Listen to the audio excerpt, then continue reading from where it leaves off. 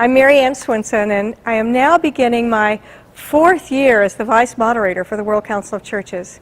And this has been for me such a really exciting journey, beginning this pilgrimage of justice and peace, and learning more about the landscape where truly we as Christian community want to walk together. We want to be in the places of the wounded around the world. We want to make a difference in their lives. And I think about some of the places where we have tried to work together to help peace and justice happen. We've had visits in Palestine and Israel, listened to all of the people who live in that part of the world, thought a lot this year about the 50 years of occupation, and are trying to find ways to truly make a difference in the Christian community around the world, and then with Christians working with people of other religions so that we can all come together to really make a difference and see peace happen. Another place where we've worked is in Korea, trying to bring together North and South Korea and to help peace happen on the Korean Peninsula. Yes, there was a stopping point at the war so many years ago, but there was never really a peace treaty. And there are people both in the North and the South that long to be together again, long to find some kind of union with one another. And that's been an important witness for us to try to bring those countries together. Another place where we have worked has been in Cyprus, where you have both Turkish and Greek Cypriots, and how they have a wall that divides them on that island. And we have visited in both parts of the island and tried to find ways to have the community come together. So we're trying to work for peace and justice in so many places in the world.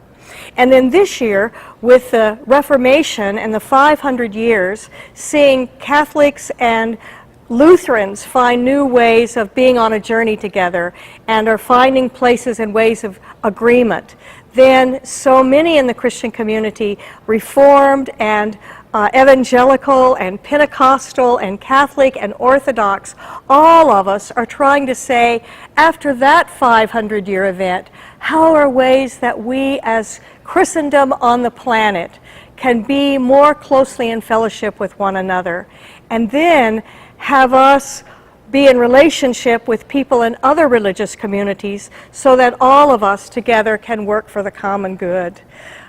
That's been something that's been most exciting for me as I have experienced this pilgrimage with the World Council of Churches.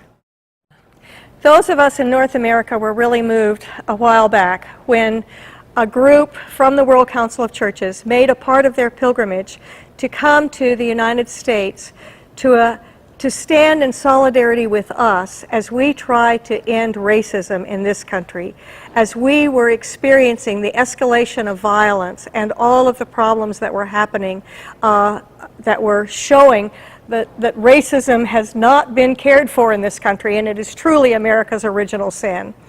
And those of us who live in North America were moved by the people who came from other parts of the world to be with us. And I believe the people from the other parts of the world, and there were people from Japan. One was a Korean woman in Japan because they're a minority group in Japan in the ways in which they're treated. There were Orthodox Christians here from Ethiopia and from Palestine. And then our moderator, who's an Anglican laywoman and leader from Nairobi, Kenya, was a part of the group. So a real diverse group. Some people from the Pacific Islands that were a part of the group. And I believe those people were surprised to see the extent of the problems and how much we needed the help of the community from other countries around the world and the difference that they could make in giving us hope for how to address our issues here in North America. So that was a very meaningful time for us. We've also looked at the crisis with the refugees in Europe and the people that are trying to travel from place to place and people that are trying to find a home. And it's been so meaningful for me that we have been able to document through photographs some of those journeys and some of the pilgrimage that people are making as refugees. But one of the things that we wanted to do the World Council of Churches was trying to do some partnership with the United Nations to say how can the Christian community and other religious groups then work with governmental communities and government agencies and United Nations and nonprofits to work together to care for people, to say that, you know, life is a human right, and to care for people and to offer dignity to people and to be in relationship to people, to know truly that it is about relationship with God and with each other and with all of creation. One of the things that we have to work on in the world is care of creation, and all of the issues right now to have climate justice and to have all of us care about our work to till the garden, to be good stewards of creation in God's world, and to recognize that there is holiness in all of us, and that for us Methodist Christians who are a part of the world community, it's about personal and social holiness and environmental holiness. So I think that's just to share briefly some of my life journey in the ecumenical movement and why it means so much to me now. And so I really see myself as a Methodist, granddaughter of John Wesley, who began the Methodist movement, who would say, "The world is my parish," that indeed we can say, if your heart is as my heart, then take my hand and let us walk together to become more perfect in love of God and neighbor. And all of us to live together and to work together, that's the joy of my life. One of the most moving experiences I've had through the years, and over the last 25 years, I've had about 10 or 12 visits to the Holy Land. And every time I go to Jerusalem, I am able to see the work of the ecumenical accompaniment program that the World Council of Churches has hosted and sponsored through the years. And I've watched it over the years and watched the changes. And it was my first introduction to the idea of Christian accompaniment.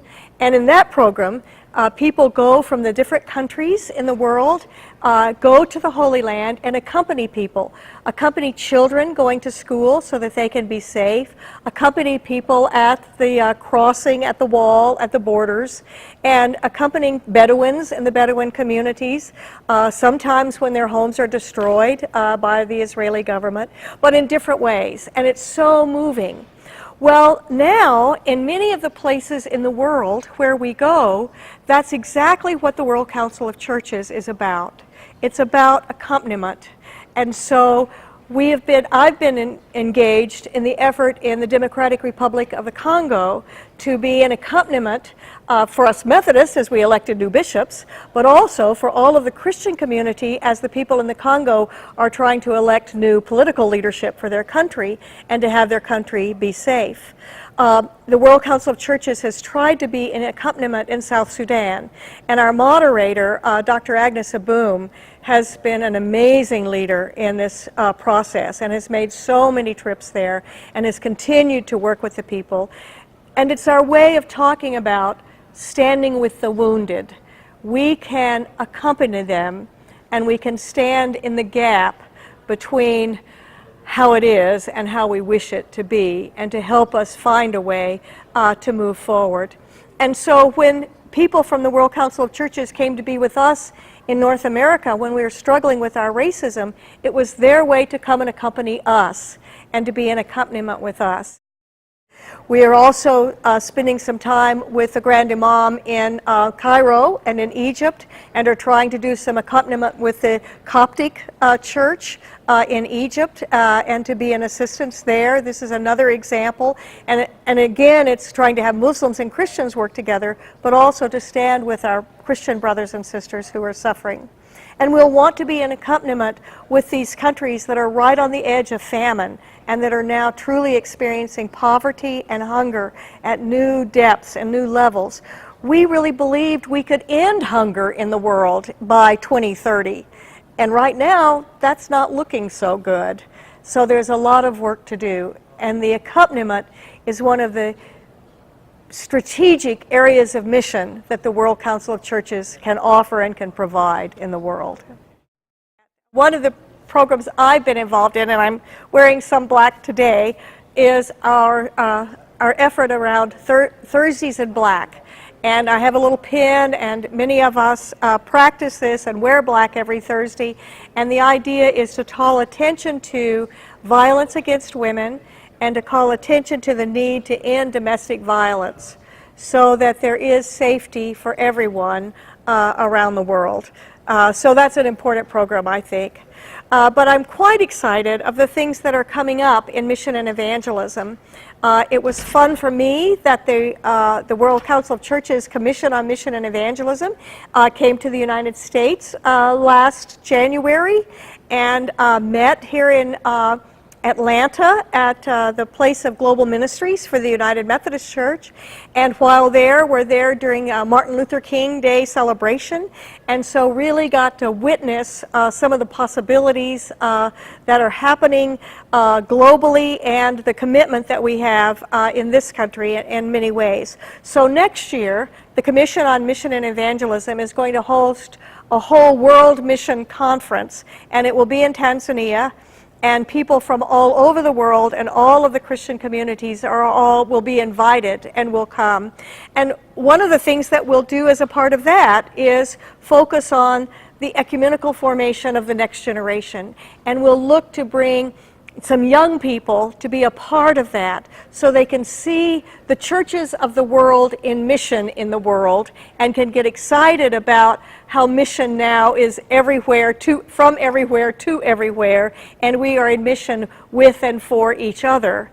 And we can learn more and we can come together more, and then we can really make a difference in our global community. So I have great hope for that particular event, and that we can all be a part of that from all of the continents in the world.